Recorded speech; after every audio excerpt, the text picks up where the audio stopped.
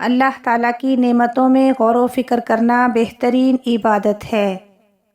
جمعے کے دن سورہ یاسین پڑھنے سے تمام خواہشات پوری ہو جاتی ہیں۔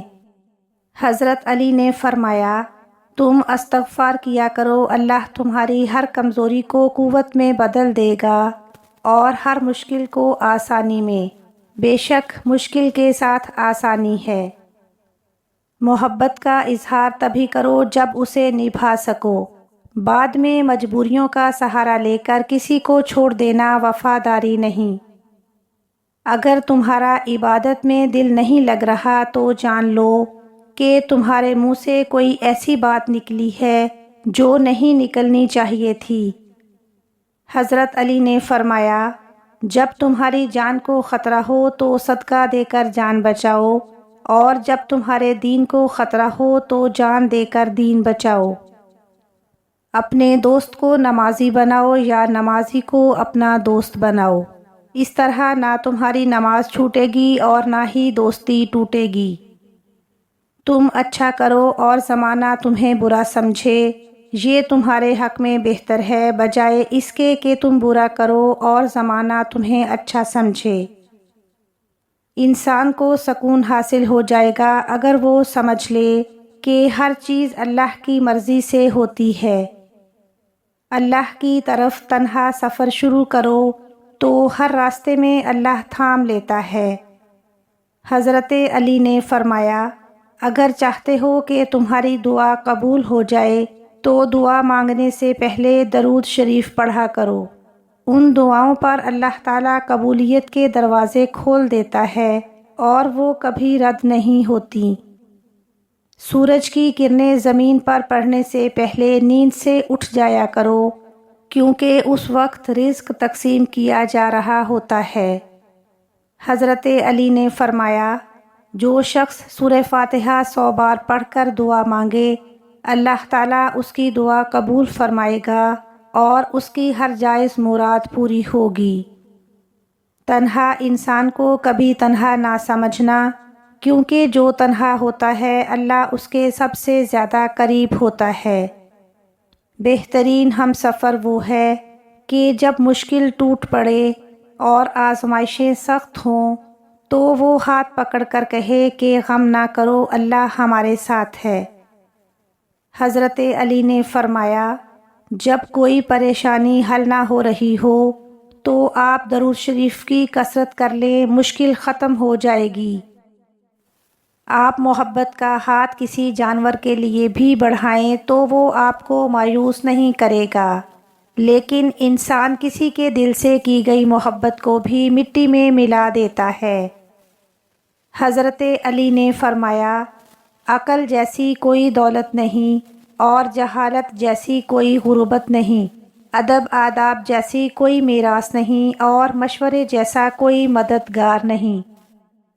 اگر زندگی کو خوبصورت بنانا ہے تو سہنا سیکھو، نظر انداز کرنا سیکھو، خاموش رہنا سیکھو اور اکیلے جینا سیکھو۔ جو انسان 3 چیزوں میں کسی تیسرے کو شریک نہیں کرتا وہ اللہ کے محبوب بندوں میں سے ہوتا ہے، عبادت، محبت اور معافی، کیونکہ یہ سب پردے کی چیزیں ہیں۔ زندگی کسی کی بھی آسان نہیں ہوتی، جیت صرف اللہ پر یقین رکھنے والوں کی ہوتی ہے۔ کن پر یقین رکھو، آسانی ضرور آئے گی۔ حضرت علی نے فرمایا، اللہ کا ذکر کرتے رہا کرو، چاہے گھر میں ہو یا راستے میں، کیونکہ جس چیز کے سامنے تم اللہ کا ذکر کرو گے، چاہے وہ پتھر، پھول یا درخت ہو، قیامت کے دن تمہاری گواہی دے گا۔ اگر دنیا والے زیادتی کریں تو مسکراتے ہوئے معاف کر دیا کرو۔ حضرت یوسف علیہ السلام کو بھائیوں نے کنویں میں پھینک دیا تھا، اللہ نے انہیں بادشاہ بنا دیا۔ بے شک ہر مشکل کے بعد آسانی ہے۔ جو شخص تنہائی میں اللہ تعالیٰ کا ذکر کرتے ہوئے اللہ کے خوف سے رو پڑتا ہے، اللہ تعالیٰ قیامت کے دن اسے اپنے عرش کا سایہ عطا کریں گے۔ جو ذات پاک رات کو درختوں پر بیٹھے پرندوں کو نیند میں گرنے نہیں دیتی، وہ ذات پاک انسان کو کیسے بے یار و مددگار چھوڑ سکتی ہے۔ جو شخص نرم مزاج کا ہوتا ہے اس سے لوگ ضرور محبت کرتے ہیں، اور اچھا اخلاق رکھنے والا انسان ہمیشہ سکون میں زندگی گزارتا ہے۔ کبھی کسی کو دکھ مت دو، کیونکہ معافی مانگ لینے پر بھی دل میں درد باقی رہتا ہے، جس طرح دیوار میں سے کیل نکالنے پر بھی سوراخ باقی رہتا ہے۔ حضرت علی نے فرمایا، بے شک اللہ تعالیٰ ہر ایک شخص کے دل کے بھید اور ہر ایک کے منہ کی بات اور ہر کسی کے کام کو دیکھتا اور جانتا ہے۔ حضرت علی نے فرمایا، کبھی کسی سے نہ ڈرو، نہ مانگو، نہ جھکو، یہ سب بھی اللہ کے فقیر ہیں، صرف اللہ سے مانگو جو غنی ہے اور بادشاہوں کا بادشاہ ہے۔ حاجی کی مغفرت ہو جاتی ہے، اور حاجی جس کے لیے استغفار کرے اس کی بھی مغفرت ہو جاتی ہے۔ دنیا کی سب سے بہترین، خوبصورت اور حسین نعمتوں میں سے ایک نعمت نماز ہے۔ جو سکون اس میں ہے ویسا سکون اور کہیں نہیں۔ انسان کا مصیبت میں صبر کرنا اور نعمت میں شکر گزاری کا ہونا ایمان کہلاتا ہے۔ کسی کے لیے حد سے زیادہ پریشان مت ہوا کرو، کیونکہ اگر وہ تمہارے حق میں بہتر ہوگا تو تمہیں ضرور ملے گا۔ اس سوچ کے ساتھ زندگی میں آگے بڑھو کہ اللہ نے تمہارے لیے یقیناً بہتر ہی سوچا ہوگا۔ اگر تمہارے رزق میں دوسروں کی ضروریات پوری ہو رہی ہوں تو تم بہت خوش نصیب ہو کہ اللہ تمہارے رزق کو پاک کر رہا ہے۔ نماز اور قرآن کے بعد اگر سکون دینے والی کوئی چیز ہے تو وہ شوہر اور بیوی کی محبت ہے۔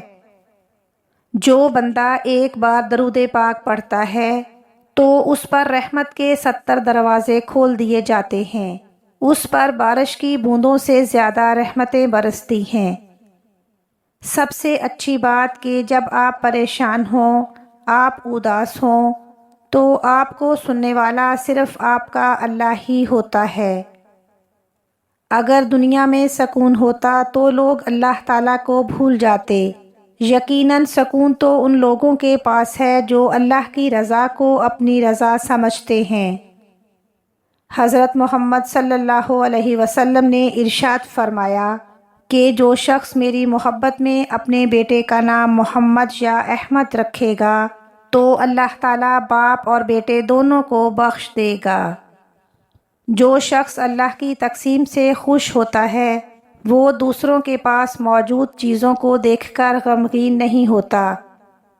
جب بھی سکون کی کمی محسوس کرو تو اللہ کے آگے توبہ کر لو، کیونکہ ہمارے گناہ ہی تو ہمارے دل کو بے چین رکھتے ہیں۔